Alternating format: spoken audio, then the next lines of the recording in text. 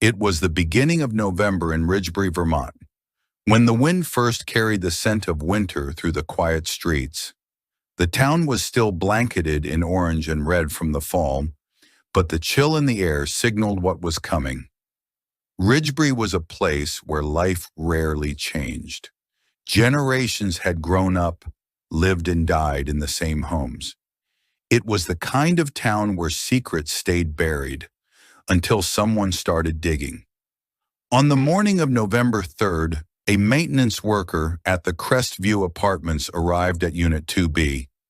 His name was Carlos Mendoza. He had been told by the property manager that the tenant, a 22-year-old college student named Rebecca Sinclair, had not been heard from in days. Rent was overdue. Emails had gone unanswered. Her professors had reached out. Her co-workers said she'd missed every shift at the library and the cafe. At first, Carlos knocked, then called out, then used the manager's key. The door opened with ease. What he found inside would haunt him for the rest of his life. The apartment was cold and silent. The windows were shut, blinds drawn. A teacup still sat on the kitchen counter, half full, the surface covered in a faint film. A backpack rested near the sofa. Nothing looked out of place, except for the stillness. And then he opened the bedroom door. Rebecca was lying on her side, partially under the blanket. Her expression was peaceful, almost asleep, but the purple bruising on her neck and the slight twist of her body made it immediately clear. This wasn't sleep. This was murder. Police arrived minutes later. Within hours, the building was sealed, and crime scene tape lined the stairwell. What had first appeared as a welfare check quickly became a homicide investigation. The town of Ridgebury, where violent crime was virtually non-existent, was now the scene of something dark. Rebecca Sinclair had been strangled. No wounds, no cuts, no signs of a struggle. Her phone, laptop, and purse were missing. There was no sign of forced entry. The door had not been tampered with. No footprints, no DNA that didn't match hers. What the killer left behind was something else, a silence that screamed premeditation. Detectives began with the obvious questions. Who had access to Rebecca? Who knew her routines? Had she been followed? But they found themselves running into wall after wall. Her apartment was clean, too clean, not just tidy but almost sterile, as though someone had intentionally wiped it down. The security cameras on the exterior of the building hadn't been working for over a month. No witnesses. No one had heard a struggle. No neighbors saw anything suspicious. Her bank account had not been touched. There were no recent cash withdrawals, no travel plans, no signs that she had been planning to run. Whoever did this hadn't come to rob her or frighten her. They had come to silence her. The investigation turned inward. Rebecca was a student at Windermere College, majoring in criminal psychology. According to her professors, she was reserved, brilliant, and deeply curious. She had a reputation for immersing herself fully into her projects. One professor described her as someone who didn't just study cases, she lived them. A few weeks prior to her death, she had turned in a paper titled Patterns of Psychological Dissociation in Cold Case Offenders. The references were obscure. She cited sources from the late 80s and early 90s. Small-town cases that had never received national attention, and among them was one name that would later come to dominate the investigation: Detective Michael Reiner. Reiner had served in law enforcement from 1978 until his retirement in 2006. He had worked dozens of cases across the state, many of them small but disturbing. One in particular stood out: the 1996 disappearance of two siblings, Sarah and Jonathan Mathers.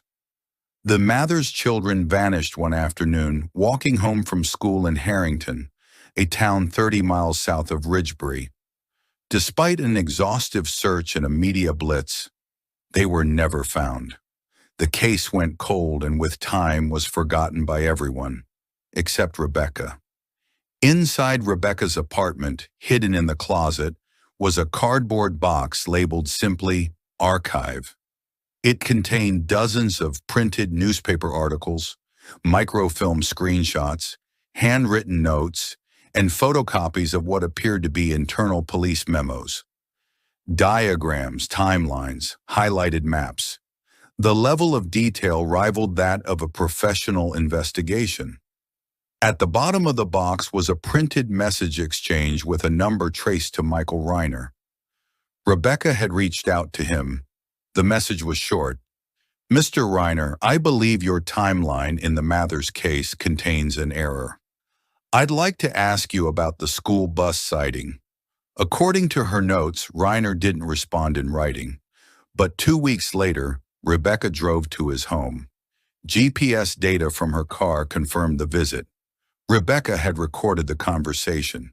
In the audio, Reiner is clearly angry.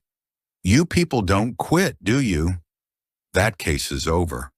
There's nothing there. You think you know more than me?" Rebecca's voice is calm but firm. "There's a 15-minute gap you never accounted for. You closed the window on the wrong witness. The children were seen heading toward the East Trail. You dismissed it." Reiner's voice lowers. "You think you're the first? Every few years someone comes knocking. You keep digging, you'll find more than you want." The call ends abruptly. Rebecca's notes indicate that she planned to return the following week with more evidence. She never made it. The following Monday, an anonymous text was sent to Rebecca's phone. Investigators recovered it from her cloud backup. "Stop asking questions." The number was untraceable. A prepaid burner phone, purchased in cash, activated just once. 2 days later, Rebecca Sinclair was dead. When the recording was made public, the Vermont State Police officially reopened the Mathers case.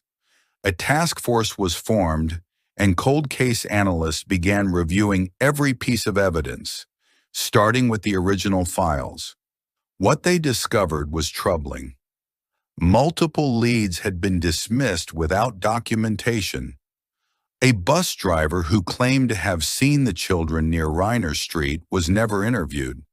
A neighbor who had reported hearing children crying near the woods was told she was imagining things. But the most damning omission came from a forensics report that was never logged into the system.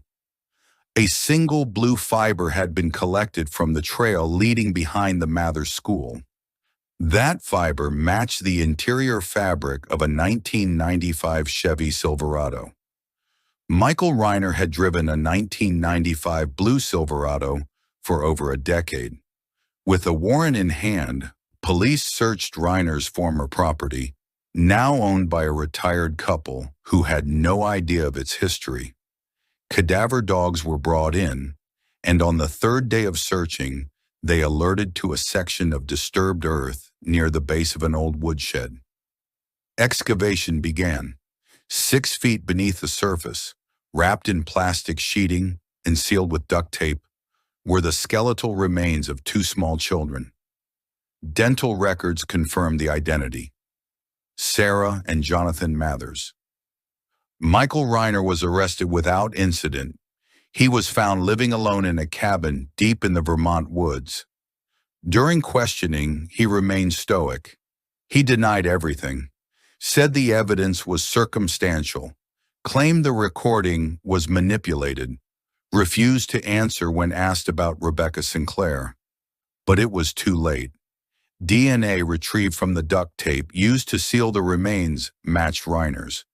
The same tape roll brand was found in his old cabin. A partial fingerprint lifted from the plastic wrap matched his thumb. Combined with Rebecca's recording and the fiber evidence, The case against him was airtight. At trial, the prosecution laid out a story of obsession and fear. Reiner had lived for decades knowing he'd buried a secret, and when Rebecca got too close, he acted swiftly, first to intimidate, then to silence. He was sentenced to life in prison without the possibility of parole. Rebecca Sinclair never saw justice served, but her dedication, her research, and her refusal to give up solved a case that had gone cold for nearly 30 years. In doing so, she became a quiet symbol for truth, for persistence, and for the idea that even the darkest secrets cannot stay buried forever. Today, Windermere College honors her with an annual award in criminal justice. Her notes and research are preserved as part of the Cold Case Justice Initiative. She didn't live to see the ending, but she wrote it.